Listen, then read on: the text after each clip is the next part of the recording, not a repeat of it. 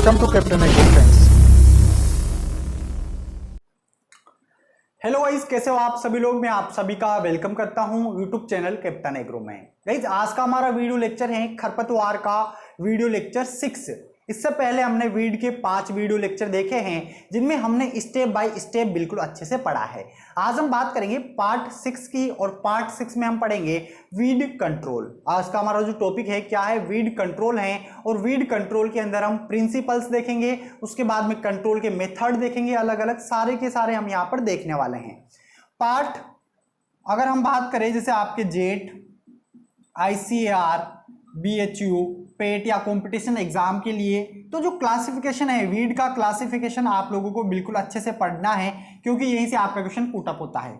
इसके अलावा weed control जो अब मैं आपको पढ़ाने वाला हूं, वीड कंट्रोल, ये दोनों टॉपिक आपके एग्जाम के लिए काफी ज्यादा मोस्ट इंपोर्टेंट है। आप लोगों को ये दोनों टॉपिक बिल्कुल अच्छे से पढ़ने हैं, बिल्कुल अच्छे से याद करने हैं, ताकि आपका क्वेश्चन यहां से बिल्कुल सही हो सके।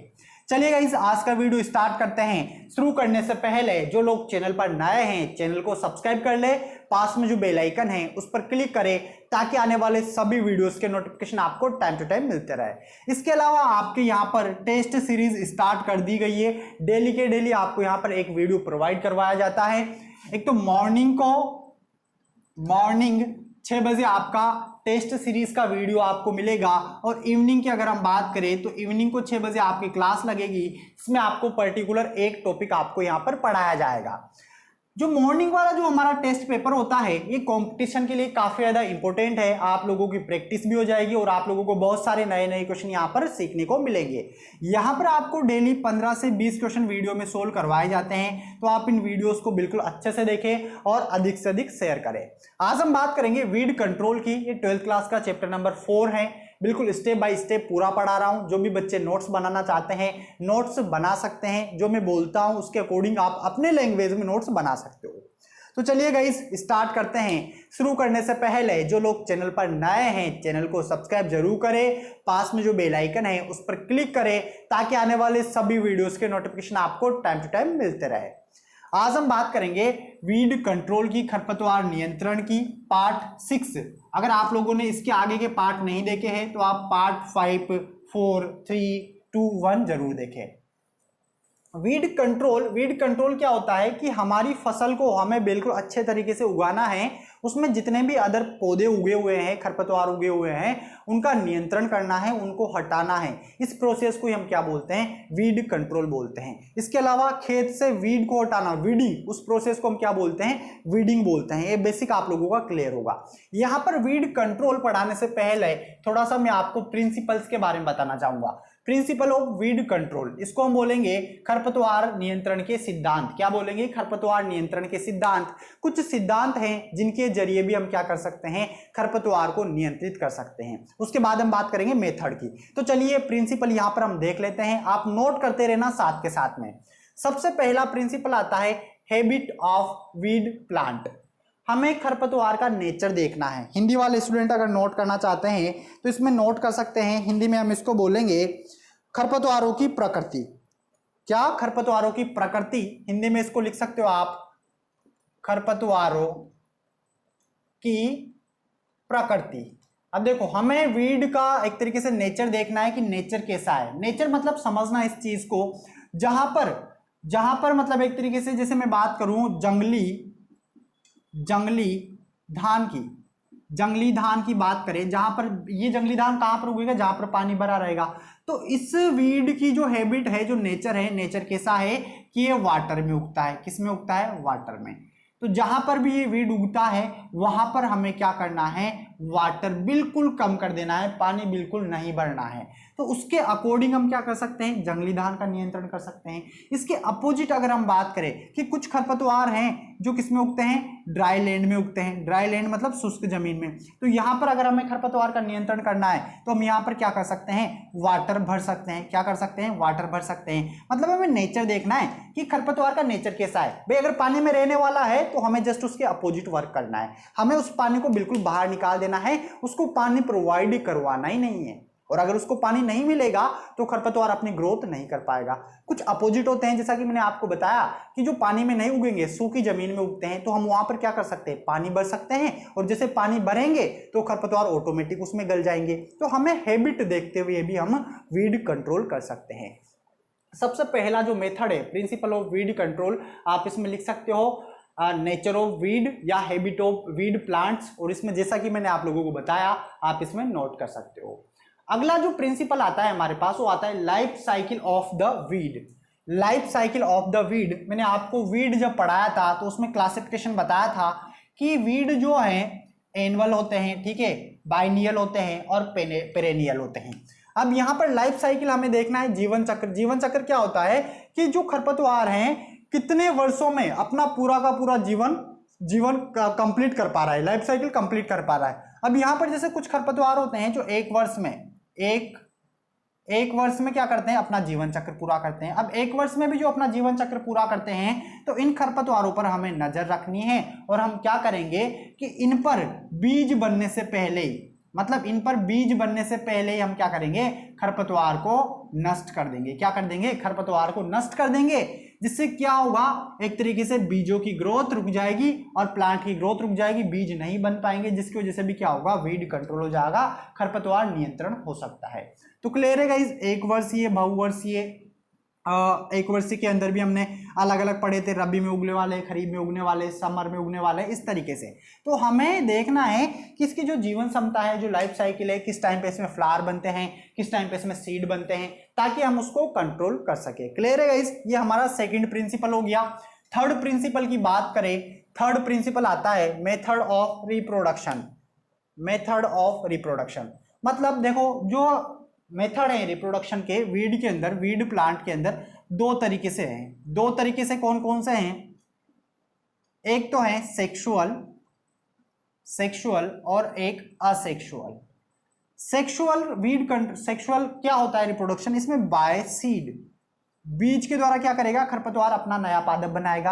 असेक्सुअल में क्या करेगा, by stem root and tubers etcetera. मतलब इसको हम बोलेंगे वेजिटेटिव पार्ट के द्वारा नया प्लांट बनाता है। तो दो प्रकार का रिप्रोडक्शन होता है। अब देखो, सेक्सुअल में हमें क्या देखना है, सीड देखना है। बीज बनेंगे ना, जब खरपतवार में बीज बनेंगे उससे पहले हम नष्ट कर देंगे, जैसा कि हमने लाइफ साइकिल में पढ़ा, ठीक है ना। मतलब हमें यहां पर देखना है कि ये कौन सा रिप्रोडक्शन करता है। अगर ये सेक्सुअल रिप्रोडक्शन करता है तो बीज बनने से पहले नष्ट कर देंगे।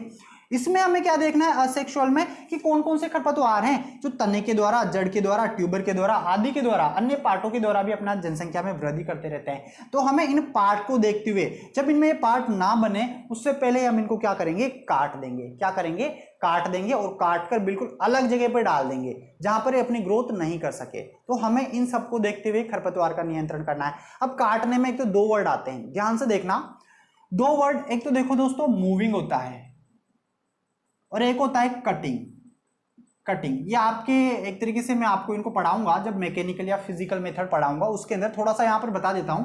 मूविंग के अंदर हम क्या करते हैं, खरपतवारों को बिल्कुल रगड़ के काट देते हैं, सरफेस से बिल्कुल। जैसे जहां पर सरफेस है, सपोज करो ये सरफेस है, इसमें खरपतवार उगा हुआ है, मैं बिल्कुल इसको जमीन के पास से काट के हटा दूंगा, ठीक है। तो इसको तो हम बोलेंगे मूविंग। और जो कटिंग होता है, कटिंग, इसके अंदर हम क्या करते हैं, स्टबल छोड़ देते हैं। ये खरपतवार इतना बड़ा है, अब मैं इसको काटूंगा ना तो काटने पर इतना सा, मतलब स्टबल हमने छोड़ दिया।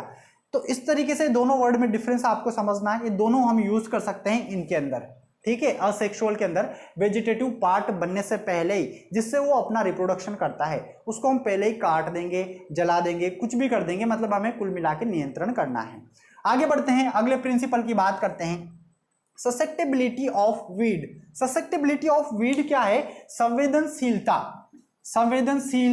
अब इसमें क्या देखेंगे, देखो आप लोगों को सबको पता है, जो खरपतवार होते हैं, अगर हम बात करें पत्तियों के बेस पे खरपतवारों का वर्गीकरण, मैंने आप लोगों को पढ़ाया था, तो दो प्रकार का होता है, एक तो ब्रॉड होता है और एक नैरो लीफ होता है। ब्रॉड मतलब क्या होता है, चौड़ी पत्ती वाले खरपतवार। कैसे खरपतवार, चौड़ी पत्ती वाले। और नैरो मतलब क्या होता है, सकरी पत्ती वाले खरपतवार। सकरी पत्ती वाले खरपतवार। अब देखो दोनों को हमें क्या करना है, यहाँ पर हमारा जो है ससेप्टेबिलिटी ऑफ वीड। अब जो चौड़ी पत्ती वाले जो खरपतवार है आप सबको पता है कि ये 2,4-D से खत्म हो जाते हैं। किससे खत्म हो जाते हैं? 2,4-D से खत्म हो जाते हैं। सकरी पत्ती वाले 2,4-D से खत्म नहीं होते हैं, तो इनके लिए हमें क्या करना पड़ेगा, अलग दवाई लानी पड़ेगी। चौड़ी पत्ती वालों के लिए हम 2,4-D का इस्तेमाल कर सकते हैं। तो यहाँ पर हमें ये सब कुछ देखते हुए इन सब का यूज करना है कि कौन सा खरपतवार किसके प्रति संवेदनशील है, ठीक है ना। बहुत सारे जो खरपतवार है एक तरीके से, जैसे 2,4-D है, अब 2,4-D एक तरीके से संवेदनशील हो जाए, किसी प्लांट के ऊपर हम यूज करेंगे, उसका कोई असर नहीं होगा, तो वहां पर फिर हमें अदर मेथड का यूज करना है ताकि हम क्या कर सके, खरपतवार का नियंत्रण कर सके। आगे बढ़ते हैं, अगला आता है भाई सकरी पत्ती में जैसे गेहूं सा होता है, गेहूं में उसके लिए हम क्या लेते हैं भाई, आइसोप्रोटीरोन लेते हैं। क्या लेते हैं? आइसोप्रोटीरोन। तो इस तरीके से हमें देखना है। क्रॉप रोटेशन, हम क्रॉप रोटेशन अपना सकते हैं। क्रॉप रोटेशन कैसे, समझो जैसे पहले साल में जो मैं फसल की बुआई कर रहा हूं फर्स्ट ईयर में, वो खरीफ के सीजन में, ये है हमारा खरीफ का सीजन। खरीफ के सीजन में मैंने क्या किया है, यहाँ पर राइस की सोविंग कर दी, राइस की बुआई कर दी, ठीक है, फर्स्ट ईयर में। इसके बाद जो दूसरा सीजन होगा हमारे पास, वो जैसे सपोज करो रबी, ठीक है ना, रबी का सीजन। अब रबी में मैं क्या करूंगा, वीट की सोविंग करूंगा। क्या करूंगा? वीट की सोविंग। अब नेक्स्ट टाइम मुझे देखना है कि जो ये वाली जमीन है इसमें क्या है, जंगली धान उगता है। जंगली धान क्या होता है? इकाइनोक्लोआ कोलोना होता है दोस्तों। क्या होता है? इकाइनोक्लोआ कोलोना, ये खरपतवार इसमें उगता है, ठीक है। तो मुझे वापस दूसरे वर्ष में अगर यहाँ पर राइस की बुआई करूंगा तो ये खरपतवार उगेगा ही उगेगा, जो जंगली धान है वो उगेगा ही उगेगा। तो मुझे क्रॉप रोटेशन अपनाना है। क्रॉप रोटेशन अपनाने का मतलब है कि मुझे यहाँ पर राइस की सोविंग ना करके मैं क्या कर दूंगा, सोयाबीन की बुआई कर दूंगा। क्या कर दूंगा दोस्तों? सोयाबीन की। अब देखो पर्टिकुलर वो फसल में उगता है इकाइनोक्लोआ, जहां पर अधिक पानी भरा रहता है। अब यहाँ ना तो पानी रहेगा भरा हुआ, तो यहाँ पर इकाइनोक्लोआ कोलोना नहीं उगेगा। इस तरीके से हम क्रॉप रोटेशन अपना के भी खरपतवार नियंत्रण कर सकते हैं। जैसे यहाँ पर जो वीट है, गेहूं है, सपोज करो इसमें फेलेरिस माइनर उगता है। अब यहाँ पर मैं रबी के सीजन में वीट ना उगा के, यहाँ पर वीट ना उगा के क्या उगा दूंगा, मैं धनिया उगा दूंगा। क्या उगा दूंगा? धनिया उगा दूंगा, या ग्राम उगा दूंगा, चना उगा दूंगा, ठीक है। तो इस तरीके से हमें क्रॉप रोटेशन अपनाना है, फसलों को बदल बदल कर बोना है ताकि वो खरपतवार ना उगे। बहुत सारे प्रिंसिपल हैं, वीड कंट्रोल के बहुत सारे प्रिंसिपल हैं, लेकिन जो हमारे लिए इंपॉर्टेंट है वही मैं आपको यहां पर बताने वाला हूं। तो आई होप आपको यह भी समझ में आ गया होगा। सॉइल फर्टिलिटी, अब देखो सॉइल फर्टिलिटी, मृदा उत्पादकता, सॉइल फर्टिलिटी मृदा उत्पादकता। अब दोस्तों जो अच्छी उत्पादक मृदा है उसमें तो खरपतवार भी उगेंगे और फसली पादप भी उगेंगे, मतलब अच्छे तरीके से ग्रोथ करेंगे। क्योंकि सॉइल फर्टिलिटी का क्या मतलब है कि उसमें सारे के सारे न्यूट्रिएंट हैं, और जब सारे के सारे न्यूट्रिएंट हैं तो चाहे वो खरपतवार का पौधा हो या फसल का पौधा हो, वो तो अच्छे तरीके से ग्रोथ करेंगे। तो इस कंडीशन में हमें क्या करना है, इस कंडीशन में हमें हमारे जो फसल के पौधे हैं ऐसे फसली पादप लेने हैं जिनका अंकुरण, जिनका जर्मिनेशन बिल्कुल जल्दी से हो सके। और यहाँ पर जो खरपतवार हैं उनका जो अंकुरण होता है उससे पहले ही हमारी फसली पादप अंकुरित हो सके, ऐसी फसलों को हमें यहाँ पर उगाना है। ये पहले ही अंकुरित हो जाएंगे तो सोइल जो है हमारी फर्टाइल है, तो जल्दी जल्दी क्या करेंगे, सारे के सारे पोषक तत्व ले लेंगे और इनकी ग्रोथ अच्छे तरीके से होने लग जाएगी और ये बिल्कुल पीछे रह जाएंगे। तो इस तरीके से भी हमें क्या करना है, सोइल फर्टिलिटी को देखते हुए हम क्या करेंगे, हमारी फसल की बुआई करेंगे। क्लियर है गाइस? आगे बढ़ते हैं। अगला आता है सोइल पीएच। अब सोइल पीएच में हमें क्या देखना है, ये है हमारे पास सोइल पीएच, ये हमारा यहाँ पर 7 हो गया, ठीक है। और इधर ये सारिये और यहाँ पर हम बात करें तो ये हो गया अम्लीय। अब आप लोगों को ये देखना है कि जो सोइल है वो कैसी है। अगर अम्लीय है तो आपको इसको सुधारना है। क्या करना है? सुधारना है। इसमें आप लोगों को चूना डालना है, बिल्कुल सही कंडीशन पे लाना है ताकि अम्लीय मृदाओं में जो खरपतवार होंगे वो नहीं उगेंगे। और सारी जो हैं, अगर सारी मृदाएं, तो सारी मृदाओं में जो खरपतवार उगते हैं वो तो उगेंगे। तो हमें इसका नेचर चेंज करना है, हमें इसमें क्या डालना है, जिप्सम डालना है। क्या डालना है? जिप्सम डालना है, ताकि ये बिल्कुल अपनी सही जगह पे आ सके, बिल्कुल न्यूट्रल हो सके, ताकि उसमें खरपतवार ना उगे, उनकी ग्रोथ ही ना हो सके। तो इस तरीके से भी हम क्या कर सकते हैं, वीड कंट्रोल कर सकते हैं। टू शेड, अब टू शेड में हमें क्या करना है, छाया करना है। छाया कैसे करेंगे दोस्तों, जैसा कि मैंने आपको बताया कि ऐसे फसली पादप हमें लेने हैं जिनका अंकुरण जल्दी से जल्दी हो सके। अब इस चीज को समझना, जिनका अंकुरण जल्दी से जल्दी हो सके, इसका क्या मीनिंग है। आप लोगों ने खेत में देखा होगा, हमें थोड़ा हम जो फसल टाइम है, जिस टाइम पे हम सोविंग करेंगे, बिल्कुल उसी टाइम पे एग्जैक्ट हमें सोविंग करनी है। अगर आप उसके बाद में सोविंग करोगे तो प्रॉब्लम हो जाएगी। देखो क्या प्रॉब्लम होगी, ये हमारी फसलों की लाइनें हैं, अब हमने सही टाइम पे सही समय पे ऐसी फसलों की सोविंग कर दी जिनका अंकुरण सही से होता है। अब इनमें क्या होगा, अंकुरण सही से होगा तो इस कंडीशन में जो वीड है, बीच के जो वीड हैं वो ग्रोथ नहीं कर पाएंगे। क्यों नहीं कर पाएंगे? क्योंकि हमने बिल्कुल टाइम से, और हमारी जो फसल है जल्दी जल्दी अंकुरित हो गई और काफ़ी बड़ी बड़ी काफ़ी अच्छे से ग्रोथ कर पा रही है ये फसल। अब जब ये फसल काफ़ी अच्छे से ग्रोथ करेगी तो इसके बीच में जो खरपतवार हैं, लाइन के बीच में, दोनों लाइनों के बीच में इनको छाया मिलेगी। क्या मिलेगी? छाया में रहेंगे, क्योंकि ये जल्दी जल्दी बढ़ने वाले पादप हैं। तो जब ये छाया में रहेंगे तो प्रकाश संश्लेषण नहीं हो पाएगा, जिसकी वजह से क्या होगा, इनकी ग्रोथ रुक जाएगी और हमारी फसली पादप ही अच्छे से बढ़ते रहेंगे। तो ये मेथड भी हम अपना सकते हैं। इसके अलावा बहुत सारे मेथड है। हम थोड़ा सा टाइम चेंज कर सकते हैं हमारी फसल बुआई का। भाई इस टाइम पर खरपतवार उगते हैं तो इससे थोड़ा 15 दिन बाद या 8 दिन बाद हम क्या कर सकते हैं, सोविंग कर सकते हैं। तो इस तरीके से बहुत सारे प्रिंसिपल्स हैं वीड कंट्रोल के। तो आई होप आपको इस सारे के सारे प्रिंसिपल बिल्कुल अच्छे से समझ में आ गए होंगे। अगर आप लोग नोट कर रहे हो तो बहुत अच्छी बात है, नोट नहीं कर रहे हो तो बहुत अच्छी बात है, नोट नहीं किया है तो आप इनका स्क्रीनशॉट ले सकते हो गाइस। ठीक है, क्लियर है गाइस? आप स्क्रीनशॉट ले लो फटाफट। और गाइस वीडियो को जिन लोगों ने अब तक लाइक नहीं किया है, लाइक कर दो और अधिक से अधिक शेयर कर दो।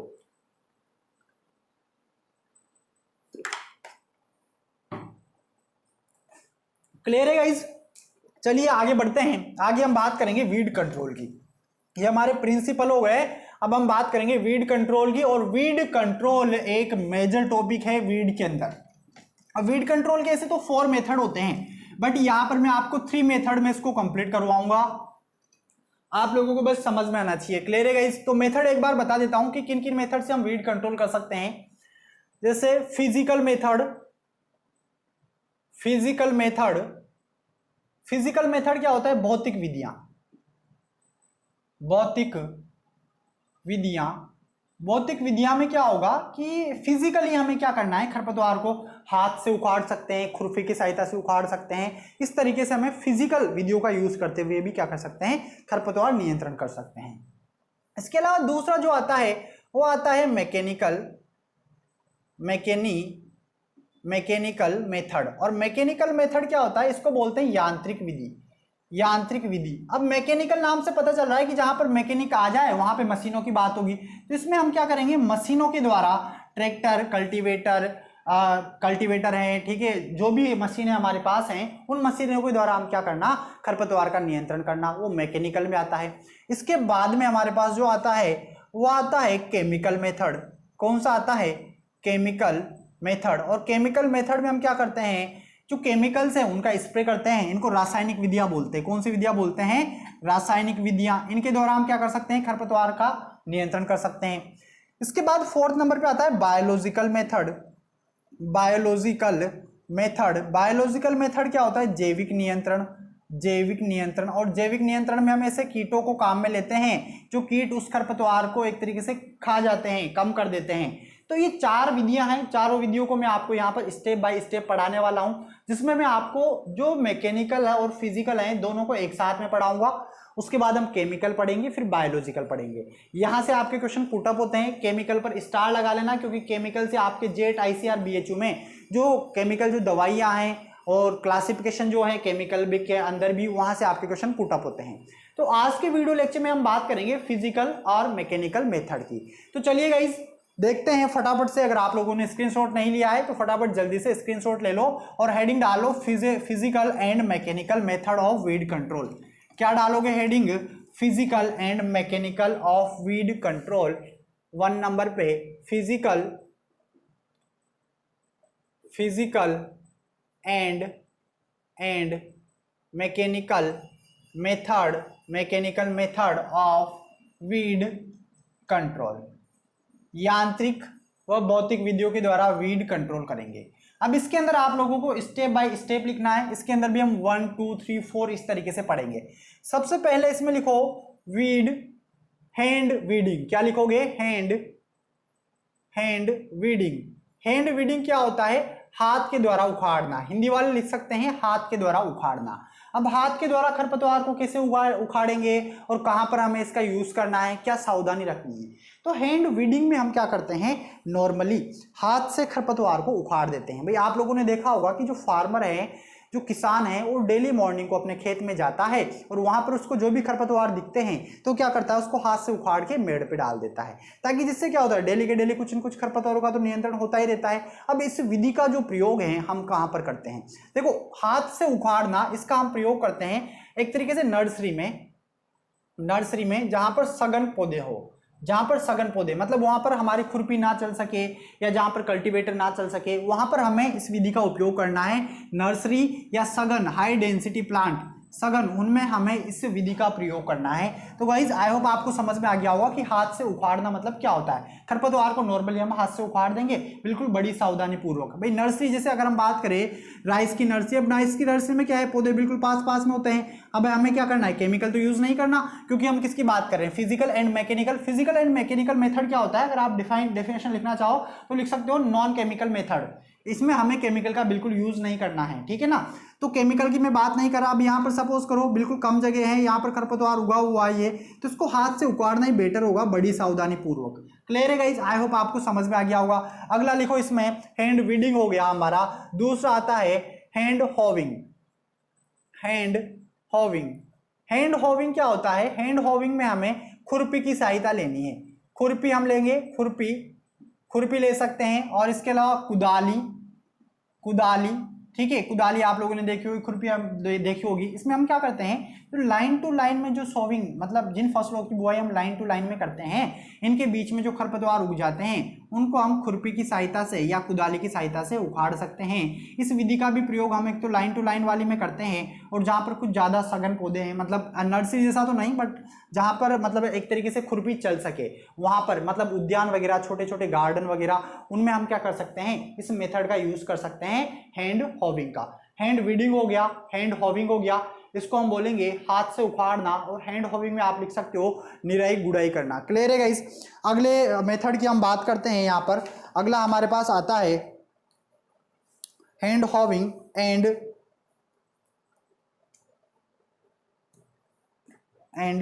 Burning and flaming. Burning and flaming. Burning and flaming जो मेथड है, इसका यूज हमें नॉन एग्रीकल्चर जो लैंड है, जैसे रोड के किनारों पर, रोड साइड्स, ठीक है, और कुछ जंगल वगैरह हैं जिनमें खरपतवार उगे हुए हैं, वहां पर हम क्या करते हैं, नॉर्मली आग लगा देते हैं, बर्न कर देते हैं, ताकि वो खरपतवार जलकर नष्ट हो जाए। तो इस मेथड का उपयोग हमें हमारे एग्रीकल्चर एरिया में नहीं करना है, नॉन एग्रीकल्चर एरिया में हमें करना है। भाई बर्निंग आप लोगों ने देखा होगा कि जो किसान हैं, जब गेहूं की कटाई हो जाती है तो उसके बाद में जो एक तरीके से स्टबल जो बचते हैं उनको क्या करते हैं, बर्न कर देते हैं फार्मर्स, ठीक है। तो हमें ऐसा नहीं करना चाहिए, वो अलग रीज़न है उसका, वो अलग से बात करेंगे क्योंकि काफ़ी टाइम उसमें लग जाएगा। तो यहाँ पर आई होप आपको समझ में आ गया होगा कि बर्न करना है, फ्लेम करना है। एंड अगला मेथड हमारे पास आता है यहाँ पर मूविंग एंड कटिंग। जैसा कि मैंने आपको बताया, दोनों एक साथ लिखवा देता हूँ मैं आप लोगों को। मूविंग, अगर अलग से लिखना चाहो तो आप अलग से लिख सकते हो, मूविंग एंड कटिंग।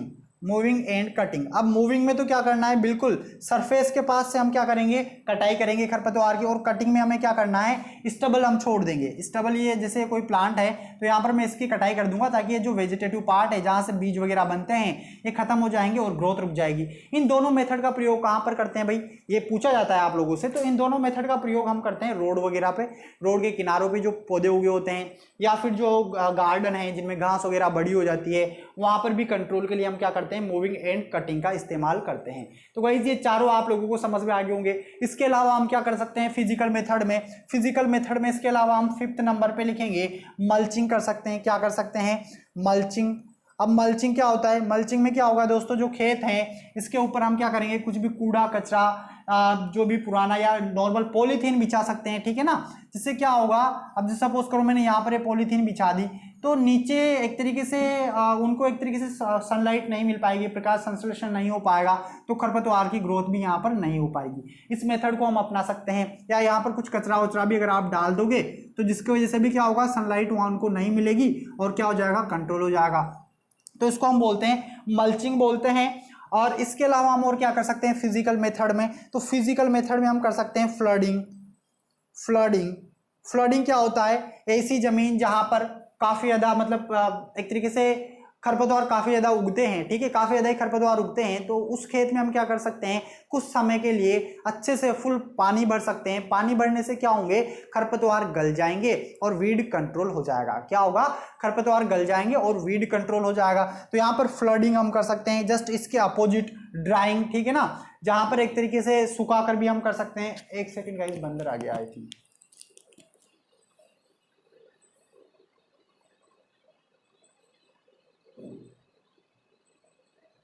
तो कहां पर थे दोस्तों, हम यहां पर हम बात कर रहे थे फ्लडिंग कर सकते हैं, मल्चिंग कर सकते हैं, मूविंग कर सकते हैं, बर्निंग कर सकते हैं, हैंड हॉविंग एंड हैंड वीडिंग। इसके अलावा और भी मेथड हैं। इसके अलावा जैसे मतलब एक तरीके से हम कर सकते हैं यहाँ पर सॉइल सोलराइजेशन। सॉइल सोलराइजेशन में क्या करना है, हमें जमीन को तपाना है। जो मार्च अप्रैल का जो महीना होता है दोस्तों, आप लोगों ने देखा होगा समर टिलेज, ठीक है, आप इसमें लिख सकते हो, ऐड कर सकते हो समर टिलेज के नेम से, समर टिलेज। और समर टिलेज में क्या होता है कि गर्मियों में जून का जो माह होता है, तेज धूप उसमें पड़ती है, तो मोर जो माउल्ट बोल्ट प्लाव होता है उसके द्वारा हम गहरी हकाई जुताई कर देते हैं, जिसकी वजह से क्या होता है, खरपतवार को बीज वगैरह है वो ऊपर आ जाते हैं। और वो तपने की वजह से जब काफी ज्यादा उनको सोलर एक तरीके से धूप मिलती है, तो उनके बीज क्या होते हैं, एक तरीके से नष्ट हो जाते हैं। तो इन सब मेथड को हम अपना सकते हैं। इसके अलावा इरेडिकेशन, एक क्वेश्चन आपसे पूछा जाता है कि इरेडिकेशन क्या होता है। इरेडिकेशन को बोलते हैं उन्मूलन। क्या बोलते हैं, उन्मूलन बोलते हैं। और इस मेथड में हम क्या करते हैं, एक पर्टिकुलर एरिया में, जैसे कोई विलेज है, उस विलेज में सारे गांव वाले मिलके उसमें जो खरपतवार उगे रहते हैं उनको बिल्कुल प्रॉपर तरीके से नष्ट कर सकते हैं, नष्ट कर देते हैं। एक बड़े एरिया में खरपतवारों को बिल्कुल पूरे गांव वाले मिलके नष्ट करना, उसको हम बोलते हैं इरेडिकेशन, उन्मूलन। तो गाइस आई होप आप लोगों को ये समझ में आया होगा। अब यहाँ पर जो फिजिकल एंड मैकेनिकल जो है, मैकेनिकल में हम कल्टीवेटर वगैरह की सहायता ले सकते हैं। जहाँ पर खरपतवार उगा हुआ है, उसमें फसल वगैरह नहीं है, तो हम वहाँ पर कल्टीवेटर के द्वारा टिलेज कर सकते हैं 2-3 बार, जिससे क्या होगा, एक तरीके से खरपतवार नियंत्रण होगा। इसके अलावा हम इंटरकल्चर ऑपरेशंस कर सकते हैं। इंटरकल्चर ऑपरेशन किसके द्वारा करते हैं भाई, कुदाली की सहायता से करते हैं, खुरपी की सहायता से करते हैं। अगर 15-15, 20-20 दिन के अंतराल में भी किया जाएगा, जिससे भी वीड कंट्रोल हो जाएगा। ये अगर आपसे पूछा जाए कि जो इंटरकल्चर ऑपरेशन है वो करीबन आपको 3 से 4 बार करने हैं 15 से 20 दिन में। आप इसमें अगला ऐड कर सकते हो यहाँ पर 8 नंबर पे, इंटरकल्चर ऑपरेशन।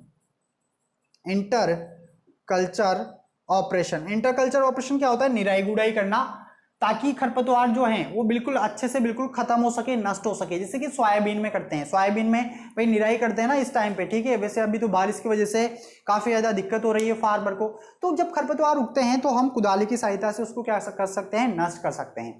ये जितने भी मेथड मैंने आपको बताए फिजिकल मेथड हैं, इनमें अगर हम बात करें एनर्जी कहाँ से आती है, तो मैनुअल एनर्जी होती है, जैसे ह्यूमन की energy, animal energy and mechanical energy. इन तीनों का यूज करते हुए हमें क्या करना है, वीड कंट्रोल करना है।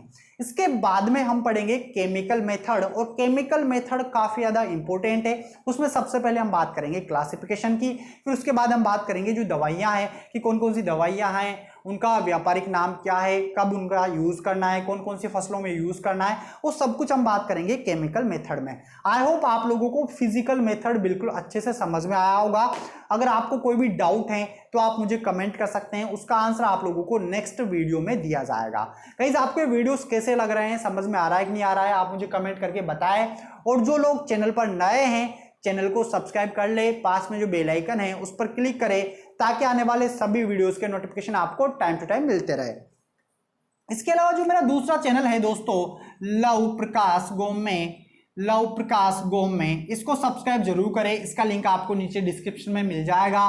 और जो इंस्टाग्राम पेज है इस पर फॉलो जरूर करें, क्योंकि यहाँ पर एग्रीकल्चर के लेटेस्ट अपडेट आपको मिलते रहेंगे। बहुत सारे एग्रीकल्चर के वीडियोस भी यहाँ पर आपको मिलेंगे। बहुत सारे स्टूडेंट बोलते हैं कि सर ये एक तरीके से क्या होता है, जैसे पडलिंग क्या होता है, तो पडलिंग का वीडियो मैंने वहाँ पर अपलोड किया हुआ है। एनीमोमीटर वगैरह क्या होते हैं, इनका सबका वीडियो अपलोड किया हुआ है। ट्रेनिंग प्रूनिंग क्या होती है, इन सब के वीडियो मैंने अपलोड किए हुए हैं। काफी ज्यादा हेल्प आपको वहां से भी मिल जाएगी। तो गाइस आप इंस्टाग्राम पे फॉलो जरूर करें। इन सब के लिंक आपको नीचे डिस्क्रिप्शन में दिया हुआ है, इन सब का लिंक आपको डिस्क्रिप्शन में दिया हुआ है, आप वहां से इन पे जाके फॉलो कर सकते हो। तो गाइज हम मिलते हैं नेक्स्ट वीडियो में, तब तक के लिए नमस्कार, जय जवान जय किसान जय हिंद फ्रेंड्स। और दोस्तों जिन लोगों को भी इसका पार्ट 7 चाहिए, पार्ट 7 कमेंट सेक्शन में पार्ट 7 जरूर लिखिए। हम मिलते हैं नेक्स्ट वीडियो में, तब तक के लिए नमस्कार, जय जवान जय किसान जय हिंद फ्रेंड।